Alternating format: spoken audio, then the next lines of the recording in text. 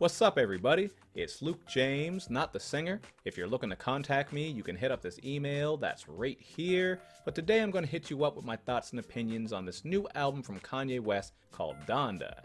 Now, we don't got to do a big intro here because we all know who Kanye West is. He's a rapper, singer, producer, and businessman / jack of all trades coming out of Chicago. And in recent years, he has really become a polarizing figure. He's made some dumbass comments about slavery, among other things, put out some pretty strange political views, and of course, his music itself has caused a lot of division in the fan base. I think his 2019 album, Jesus is King, is easily the worst in his catalog, and the 2018 album, Ye, that one really wasn't much better. It's not even that it was trash, it was just very forgettable and it didn't leave much of an impression. Now, I'm not going to go over his whole discography here because that would just eat up a lot of time and we have a lot to get into here, but if you do want to hear my thoughts on Kanye's discography, please check out the Kanye West Discography Ranking Podcast. That's right here on this channel. You can just do a search for that and you will get to it. For now, though, we come to Donda, an album that's named after his mother, and it is also this album that had this very messy, ostentatious build-up leading up to it, man. Kanye was doing all kinds of stuff. We didn't know when it was going to drop. The release date changed a bunch of times, but that is typical Kanye West fashion, so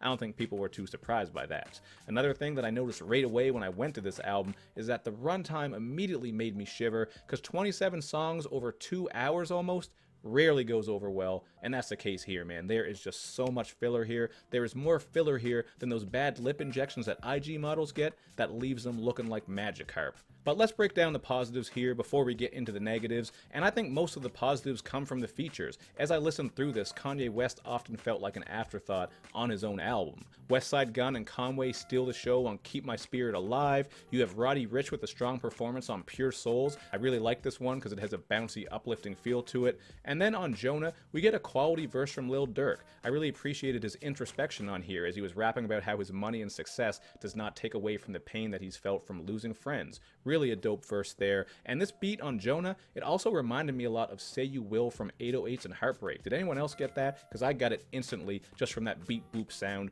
going on in the background. Beat boop, I know that makes me sound very professional, but you know damn well that's some beat boop shit going on there. And I'll also say I was not a big fan of Vori's vocals on this, man. I thought they were irritating and very screechy. So shout out to Screech, by the way. R.I.P. He died earlier this year, but these screechy Vori vocals, they were not for me. Maybe they were for you. I'd also say that Baby Keem sticks out on the organ-laced banger Praise God. He's doing all kinds of weird stuff here with his flows and his voice. He's just switching it up constantly. Thought it was interesting, even though he does this weird drunken mosquito thing on the end of his verse. But the highlight of the whole album is 5EO Foreign absolutely bodying Off the Grid. He has some great flows on here. He's spitting with conviction, and he's just rapping about a lot of different things that he's been through, including going to jail and just how he came up. And I damn sure felt him when he said that he does not mess with the demons in dark liquor, because that dark liquor, ooh-wee, man, that dark liquor is a menace. I think Dr. Jekyll and Mr. Hyde probably wasn't about a guy drinking a potion. It's probably about a guy who just went on a tear after drinking dark liquor, because that shit is dangerous, man. Take it from me as an old head who's been through it. Be careful with that dark liquor. You'll be apologizing to people. You might even wake up in a cell somewhere. That shit is very dangerous. But to keep it moving, another highlight for me was Believe What I Say. This has a very groovy bass line and some pulsating drums that really give it this fun feeling, and you get a Lauryn Hill doo-wop sample that obviously works, because how can you fuck that up? It just sounds so great, and this gave me those vintage Kanye West vibes, not just because of the production, but also because of his rap style. I also got to point out that he made me laugh when he said, "Free throat coat for the throat goats," which I guess is a bar about buying expensive teas for the likes of Tiana Trump and Simone Richards, and if you know who those two are, you are damn filthy. Now, I know a lot of you probably know who Tiana Trump is, but if you know Simone Richards too, you've been doing some digging deep, you've been doing your homework, and I definitely respect that. I'd put that one as one of my favorite tracks, and I'd also put Hurricane up there too, because it has this atmospheric vibe and bass that is thicker than Miss London. That's another one for you people who dig deep when you're on those websites. You know those websites. The Weeknd's hook on this is also great. I especially like when those added vocal layers come in. It just has this uplifting, inspirational feel to it. And Lil Baby comes through with a decent verse. I gotta say that Lil Baby is often better than I expect him to be, and I did like how he was sounding on this song. Kanye West, however, he is on here with these flows like O'Malley on that cringy Sway in the Morning freestyle. Wasn't a big fan of his verse here, but he doesn't ruin the song by any means, and I still think this is definitely a highlight. He did have some nice lines too when Kanye spits, "Architectural Digest, I needed home improvement, $60 million home, never went home to it." I just thought that was cool because he's speaking on how he has all this money in this great glamorous home, but he's not even there living in it and spending time with his family. At least that's how I took it, and I also caught that home improvement line, so I don't know if I should shout out Tim Allen. Tim Allen's been saying some weird shit lately, man. You look up Tim Allen and some of his thoughts and ideas, and he's not the fun-loving guy that used to go, I'm sorry I did that. I'm going to regret watching myself do that when I edit, but I did it, so we're just going to keep it moving. That's how we do here on this show. I'd also say that the Watch the Throne reunion with Jay-Z called Jail was a decent song. I wouldn't put it as one of my favorites, but I did like it. You're getting this electric guitar production, but it does get kind of repetitive and bare. I wanted more to happen with this production, and to be fair, you do get a bit of a beat switch up for the last 20-30 seconds where you get these drums that are harder than Tanjiro's head. If you watch Demon Slayer, you're going to get that one and appreciate it. You get some great highlight bars from J2 when he spits, "Stop all that red cap, we going home, not me with all these sins cast in stones, this might be Return of the Throne." Obviously, he's speaking about Kanye West's mega infatuation, but he's also saying, who am I to be throwing stones when I got my own fuck up? So I can respect what he was saying there. Pretty solid song. You also get a Jail Part 2, but it's just the worst version, man. Just listen to the first one, it's better. And Part 2 also features Marilyn Manson, who has a slew of allegations against him right now, and DaBaby, who is constantly... He just is constantly in the spotlight for saying dumb shit, isn't he? And calling people out and making fun of people. But this man was wearing a damn diaper, wasn't he, when he first came out? Wasn't that the baby wearing a diaper? He was actually like a baby. Like that was going to be his gimmick. Like he was in the WWE. Make way for the baby. And the baby, this man comes down wearing a diaper. It's ridiculous. I know I'm laughing at my own shit here. I'm tired. It's been a long day, but I'm feeling good. So we're going to keep it moving. I'm not on anything. I'm just feeling good naturally. So we do now come, however, to the rapid fire negative portion of this review. So some of you might not feel too good as I start ripping some of this shit apart. You get the Donda chant. This was just pointless to me. I understand it's a tribute to his mother, but it's just Donda, Donda, Donda, Donda, Donda said over and over. No one's going to listen to that and be like, oh, the shit slaps. It's a banger. Ooh, put on that Donda chant. That's a skip. The Donda interlude is also a skip. It's just talking with some sparse keys and some singing on there. And the song 24, this is another skip to me unless you're a big fan of gospel Kanye. You know, don't get me wrong, I've heard some incredible gospel music. I like it when it's very inspirational and uplifting and the vocal performance is strong, but Kanye's singing just does not do it for me, man. It's very flat and bland. Some people might appreciate that. However, I will shout out the Sunday Service Choir. They always sound great, but I was not a big fan of this song, and I just find Kanye West's take on gospel music to be very tepid, dull, and shallow, as evidenced on Jesus is King, which is awful. Now, I'll also say we get another skip with Tell the Vision, and this was a weird one. I don't even know why this was on here. I don't know if him and Pop Smoke had a very strong relationship. Maybe I'm out of the loop. You guys can fill me in.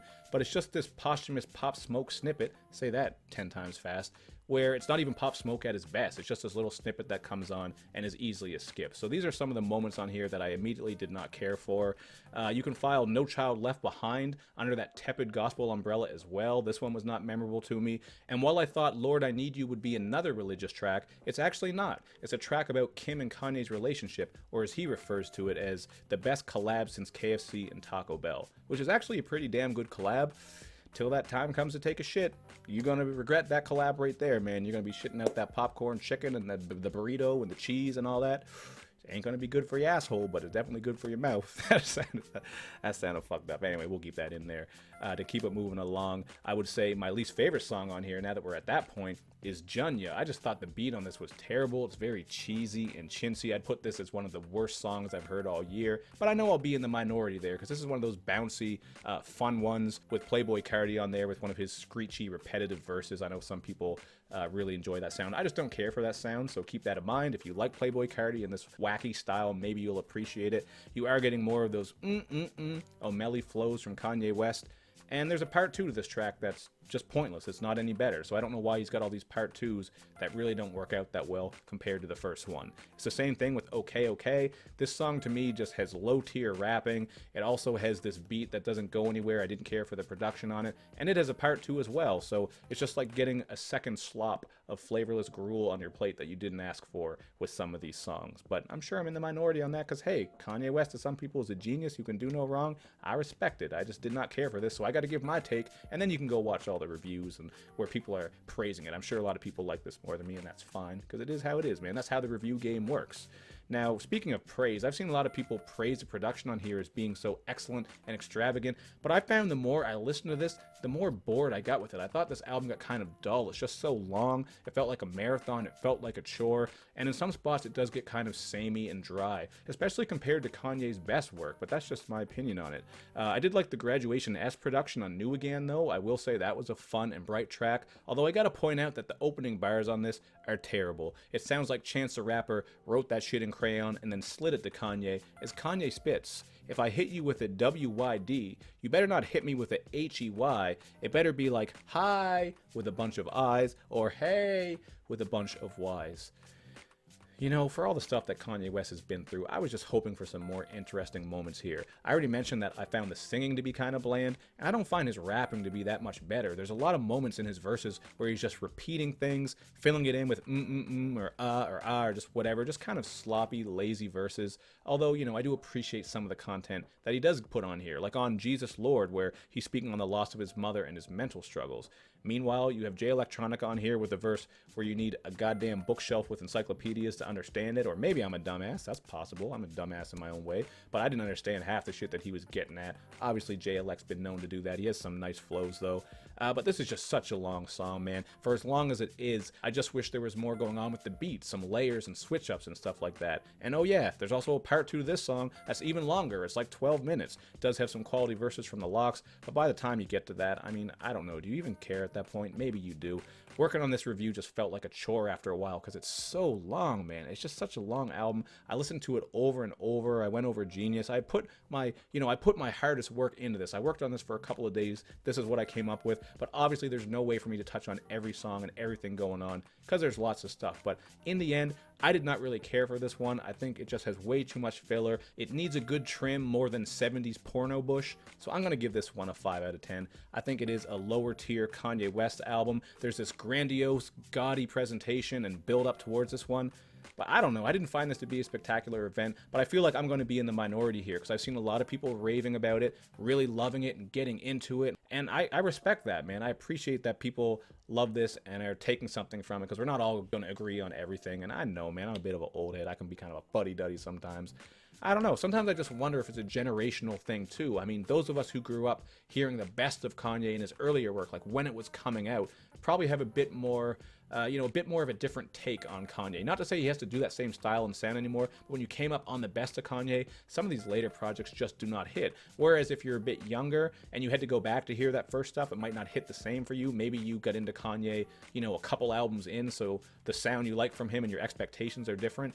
I'm just ranting and raving here. I don't know. This is just stuff that I think about sometimes. And either way, it's fine, man. You like it or you don't like it. And I didn't love this. I thought it was pretty average, so hence the 5 out of 10. And if I missed something, let me know down below in the comments section. I didn't talk about every song and every single thing. We'd be all day doing that. And I've already been all day. So let's wrap this up. Thank you guys for watching. Make sure you do that good YouTube and social media stuff where you show me love and you show me lots of it.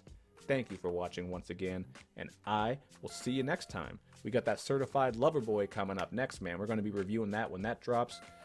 But that rollout has not looked too great as far as the album cover goes. That is some shit. Just the pregnant girl emojis, and then some of the shirts with those really cheesy sayings on them. I don't know. It is what it is, but Certified Lover Boy coming up next. Let me know what you think about this one.